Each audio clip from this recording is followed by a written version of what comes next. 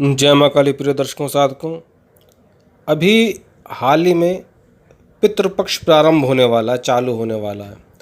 और हमारी हिंदू जो संस्कृति है उसमें इसका बहुत ही ज़्यादा महत्व है, बहुत ही ज़्यादा योगदान है।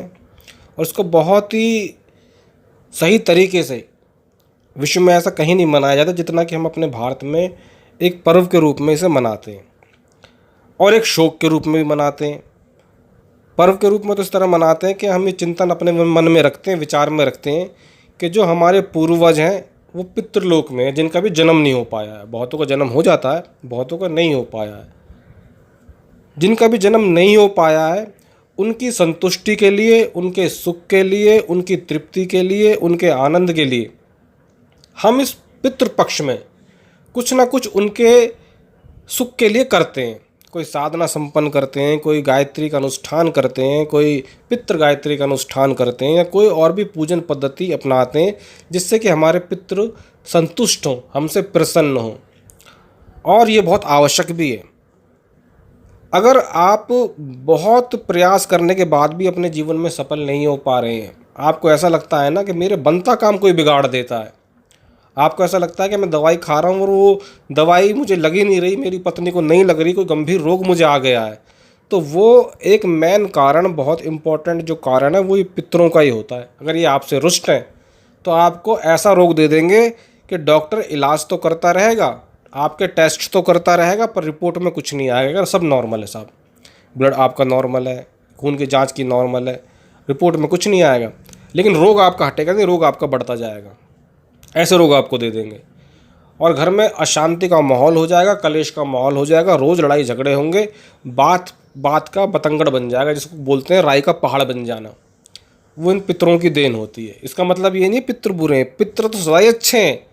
हम बुरे हैं कि हम उन्हें भूल गए हैं। कोई अपनी सास को पसंद नहीं करती बहू, और वो जीवन में तो उसकी सेवा करती नहीं, और अंत टाइम पे जब वो मृत्यु को प्राप्त हो जाती है, सास मर जाती है, तो कहती है आह चलो फंद कट गया, बुढ़िया चली गई, अब कोई दिक्कत नहीं है। दिक्कत तो अब चालू हुई है, दिक्कत अब से पहले तो नहीं थी, अब बनेगी दिक्कत। क्योंकि अब वो एक कमज़ोर शरीर में नहीं है, अब वो एक सूक्ष्म शरीर में आ गई है, मजबूत अवस्था में है। अब बंधन नहीं है, अब वो आपकी बुद्धि को भी भरमाएंगी, घर में कलेश भी मचा देंगी, और जो आपने प्रताड़ना उन्हें दी थी, जो आपने उनको दुख दिए थे, जो आपने कष्ट उनको दिए थे, वो चुन चुन के बदला लेने में सक्षम है। अगर पितृयोनि में आ गई हैं तो बचा नहीं पाएगा कोई, ना कोई डॉक्टर ठीक कर पाएगा, ना घर की कभी कलेश बुझेंगे, ना घर में कोई पैसे की बरकत रहेगी, नाश हो जाएगा। क्योंकि हमारा पंच तत्व का शरीर ही तो रह जाता है यहाँ पे, इसके अलावा भी तो बहुत सारे तत्व हैं, मन है, अहंकार है, चित्त है, सूक्ष्म शरीर है। ये सब का सब एक केंद्र बन के, एक बिंदु बन के, एक तेज बन के एक वायव्य शरीर धारण हो जाता है। और इसी वायव्य शरीर में हमारे पितृलोक के जो गण हैं, हमारे पितृ हैं जो, वो रहते हैं। इसलिए पितरों की पूजा बहुत अनिवार्य है। वैसे तो किसी घर में इस तरह का कलेश का माहौल हो तो व्यक्ति समझ जाए कि मेरे कोई पितरों से संबंधित दिक्कत है, कोई पितरों से संबंधित कोई समस्या है, परेशानी है। नहीं तो कोई साधक उन्हें बता देगा कि पितरों से संबंधित परेशानी आपके घर में है, या आपकी जन्म कुंडली से मालूम पड़ जाएगा। पितृदोष बोलते हैं जन्म कुंडली में।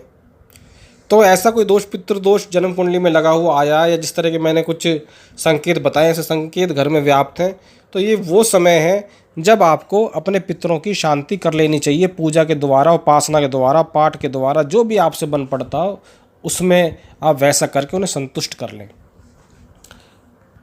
अपने पितरों को संतुष्ट करने के लिए आप जो भी पूजा जब तब करेंगे वो उन तक पहुंच जाएगा, और उससे वो संतुष्ट होंगे, प्रसन्न होंगे।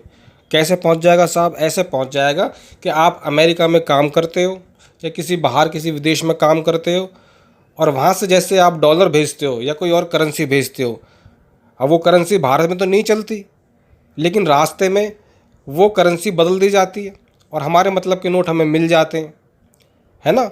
ठीक उसी प्रकार से जो आप जप करते हैं, जो आप तप करते हैं, पितृलोक में आपके पूर्वजों को जिस चीज़ की आवश्यकता है वो जप, वो तप वहाँ पे परिवर्तित हो जाता है। और जिस चीज़ की उन्हें आवश्यकता है, जल की आवश्यकता है, पानी की आवश्यकता है, कुछ खाने भोजन की आवश्यकता है, जो भी वहाँ पे चलता है उसमें वो परिवर्तित वहाँ पे आपका तप हो जाता है और उन्हें प्राप्त हो जाता है, वो तृप्ति हो जाती है। ये एक सिस्टम होता है।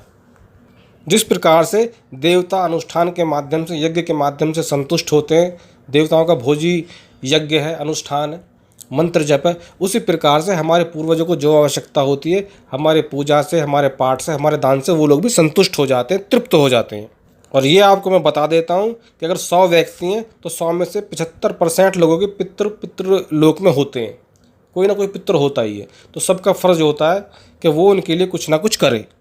और अगर आप ऐसा नहीं करते हैं कुछ उनके लिए, तो फिर जो नुकसान होगा उसकी जिम्मेवार आप खुद होंगे। ये आदमी खुद होता है। क्यों होता है? होता है इसलिए कि आपको भी तो कल पितृ योनि में जाना है। अगर जीवन नहीं मिलता, जन्म तुरंत नहीं मिलता, तो कहाँ रहोगे तब तक? आप पितृलोक में तो रहोगे। और जब आप रहोगे वहाँ पर अपने परिवार के पास आते रहोगे, जाते रहोगे, उन्हें देखते रहोगे, और आपका परिवार आपको पूछे ही नहीं, ना आपको कोई स्थान दे अपने घर में, ना कोई तस्वीर वगैरह आपकी लगाए, ना कोई आपको मावस पे कोई आपके लिए कोई पदार्थ भोज निकाले, ना कोई पिंडदान करे, ना साल में आपको याद करे, तो आपको गुस्सा नहीं आएगा कि इस घर के लिए मैंने तिल तिल करके इतना कुछ किया, तब ये घर बना, तब ये बच्चे पले बड़े हुए, तब ये विकास हुआ, तब ये फूल खिला, और ये सब के सब साले मुझे भूल गए। तो वो क्रोध आ जाता है, गुस्सा आ जाता है, जिससे फिर घर में ऑटोमेटिक ही अशांति फैल जाती है, नुकसान होने चालू हो जाते हैं। तो ये पितरों की वजह से इस तरह से होता है। और पितरों की वजह से नहीं होता, हमारी वजह से होता है। अगर हम ठीक प्रकार से अपने पितरों को पूजन करें, उनका हवन अनुष्ठान आदि करते रहें साल में एक बार भी, तो पूरे साल वो हमारी उन्नति में, हमारी तरक्की में सहयोगी हो जाएंगे।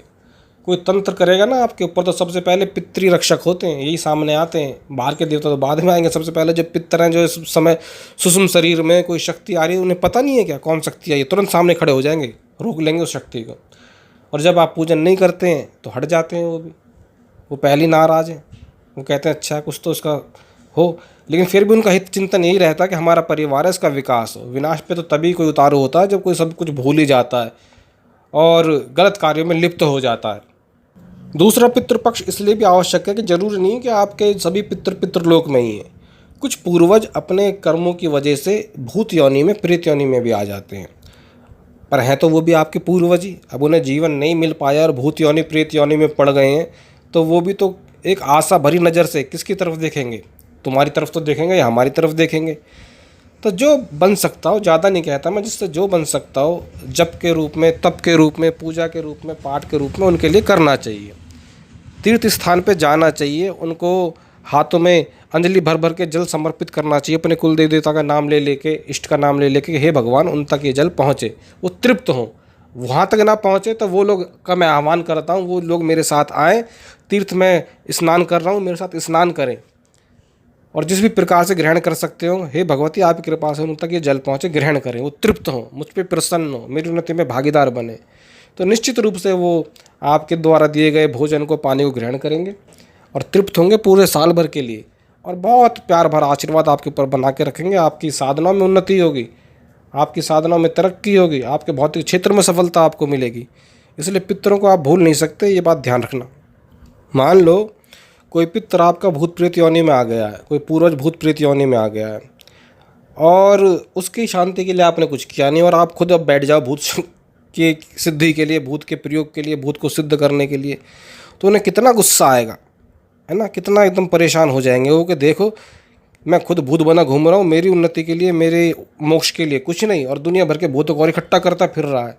तो फिर बहुत बुरी स्थिति हो जाती है, कोई बचाने वाला नहीं मिलता।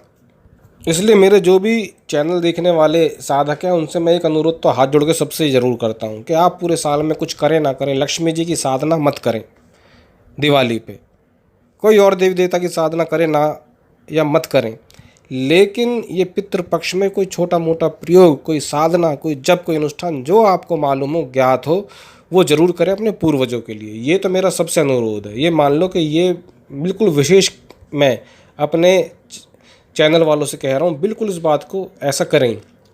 और क्या प्रयोग करना है वो मैं डाल दूँगा छोटा मोटा कुछ, पर ये करें ज़रूर आप लोग। जय माँ शक्ति, जय माँ काली, जय माँ भगवती।